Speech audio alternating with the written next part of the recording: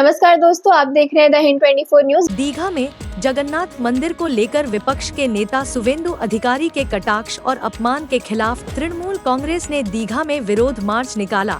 इस दिन इस जुलूस में दीघा के आम लोगों के साथ साथ दीघा के छोटे बड़े व्यापारियों के साथ साथ टोटो और ऑटो रिक्शा चालक भी शामिल हुए। साथ ही इस दिन दीघा में जगन्नाथ मंदिर के निर्माण के लिए मुख्यमंत्री ममता बनर्जी को धन्यवाद दिया गया। युवा तृणमूल नेता सुप्रकाश गिरी का दावा है कि इस जगन्नाथ मंदिर के निर्माण से तीर्थयात्रियों के लिए तीर्थ स्थल के रूप में दीघा और इस मंदिर के आसपास के इलाके सहित जिले के कई लोगों के लिए रोजगार का विकास होगा। इस दिन न्यू दीघा से ओल्ड दीघा तक करीब 3 किलोमीटर तक हजारों लोगों का जुलूस भी निकला। कांथी संगठनात्मक जिला तृणमूल नेता और पूर्वी मेदिनीपुर जिला परिषद मत्स्य अधिकारी तरुण जना, कांथी संगठनात्मक जिला युवा अध्यक्ष और कांथी नगर पालिका अध्यक्ष सुप्रकाश गिरी, जिला अल्पसंख्यक नेता अनवर उद्दीन और अन्य नेताओं ने नेतृत्व किया। सत्तारूढ़ दल 2026 के विधानसभा चुनाव में इसका फायदा उठा सकता है। राजनीतिक हलकों का मानना है कि बीजेपी के साथ साथ राज्य के विपक्षी नेता शुभेंदु अधिकारी भी इस मंदिर के निर्माण की आलोचना कर रहे हैं। इसलिए 2026 से पहले मंदिर खोलने से राजनीतिक दबाव पैदा हो गया है, जैसे राम मंदिर को लेकर आलोचना हुई थी। बायत तरुण जना, जिला तृणमूल कांग्रेस नेता और पूर्वी मेदिनीपुर जिला परिषद के मत्स्य पालन अधिकारी। आज के दीघाते একটা র‍্যালি হলো, এটা স্ট্রিট কর্নার হলো, কি নিয়ে কি বলেন? এক মমতা বন্দ্যোপাধ্যায় দীঘাতে পুরীর আদলে জগন্নাথ দেবের মন্দির নির্মাণ করেছেন। তার জন্য আমরা আমাদের এলাকা থেকে আমরা কৃতজ্ঞতা প্রকাশ করেছি। তিনি ঘোষণা করেছেন অক্ষয় তৃতীয়াতে তিনি মন্দিরটি উদ্বোধন করবেন। তো আমরা যেরকমই তাকে কৃতজ্ঞতা জানাতে, তাকে শ্রদ্ধা জানাতে, সম্মান জানাতে আমরা আজকে এই পথযাত্রা করেছি। সঙ্গে সঙ্গে রাজ্যের বিরোধী দলনেতা সেই মন্দিরকে কেন্দ্র করে, শ্রী জগন্নাথ দেবের মন্দিরকে কেন্দ্র করে যে মন্তব্যটা করেছেন, এটাকে সাংস্কৃতিক মঞ্চের সঙ্গে তুলনা করেছেন।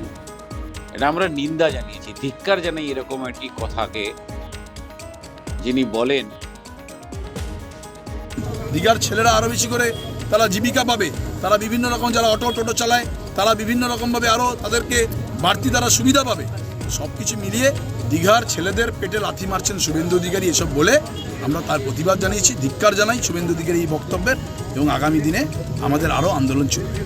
কিছুদিন আগেই মাননীয় মুখ্যমন্ত্রী আমাদের জেলায় এসেছিলেন এবং দীঘায় এসেছিলেন তিনি।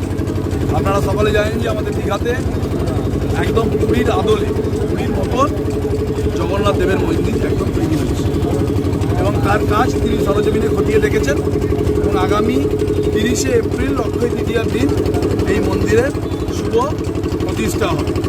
সেই দিনে মুখ্যমন্ত্রী নিজে নিয়ে উপস্থিত থাকবেন। এরপরে আবার রথযাত্রা হবে, প্রথম বছর রথ এখান থেকে থাকবে, এখান থেকে রথ টানা হবে রথযাত্রা। তৃণমূল কংগ্রেসের কর্মীরা, দীঘার তৃণমূল কংগ্রেসের কর্মীরা আমরা মাননীয় মুখ্যমন্ত্রীকে এই যে সরকারি পদক্ষেপ, সেই পদক্ষেপের জন্য আমরা ধন্যবাদ জানালাম। তার সাথে সাথে আমরা বললাম যে এই জেলার একজন কুসন্তান রাজ্যের বিরোধী দলনেতা, তিনি জগন্নাথ দেবের মন্দিরকেও ছাড়ছেন না, তিনি জগন্নাথকে নিয়েও উৎসাহ করছেন, অপপ্রচার করছেন। তিনি বলছেন যে যেটা জগন্নাথ দেবের মন্দির নয়, এটি সাংস্কৃতিক মঞ্চ। তিনি নিজেকে সনাতন সনাতন বলেন, হিন্দু হিন্দু করে চিৎকার করছেন, আবার জগন্নাথ দেবের মন্দিরকে নিয়ে কটা। এই জন্য তো হিন্দুরা ঐক্যবদ্ধ, আরেকটা বাংলাদেশ করতে দেবে। মুখ্যমন্ত্রী দীঘায় জগন্নাথ মন্দিরে কাজ, ওটা জগন্নাথ মন্দির নয়, জগন্নাথ মন্দির নয়। সরকারি টাকায় মন্দির, মসজিদ, গির্জা কিছু করা যায় না, গুরুদ্বারা করা যায় না। ওইটার নাম হচ্ছে শ্রী জগন্নাথ ধাম কালচারাল সেন্টার, সাংস্কৃতিক কেন্দ্র। আপনারা ভুল বোঝাবেন না। আর পুরী ধাম 4 ধামের এক ধাম, পুরী ধামকে নকল করলে হিন্দু মেনে নেবে না, হিন্দু মেনে নেবে না। দ্বৈতাবতী জিকে নিয়ে আসবো दीघा सह। ऐसे ही तमाम खबरों के लिए जुड़े रहिए द हिंद 24 न्यूज के साथ।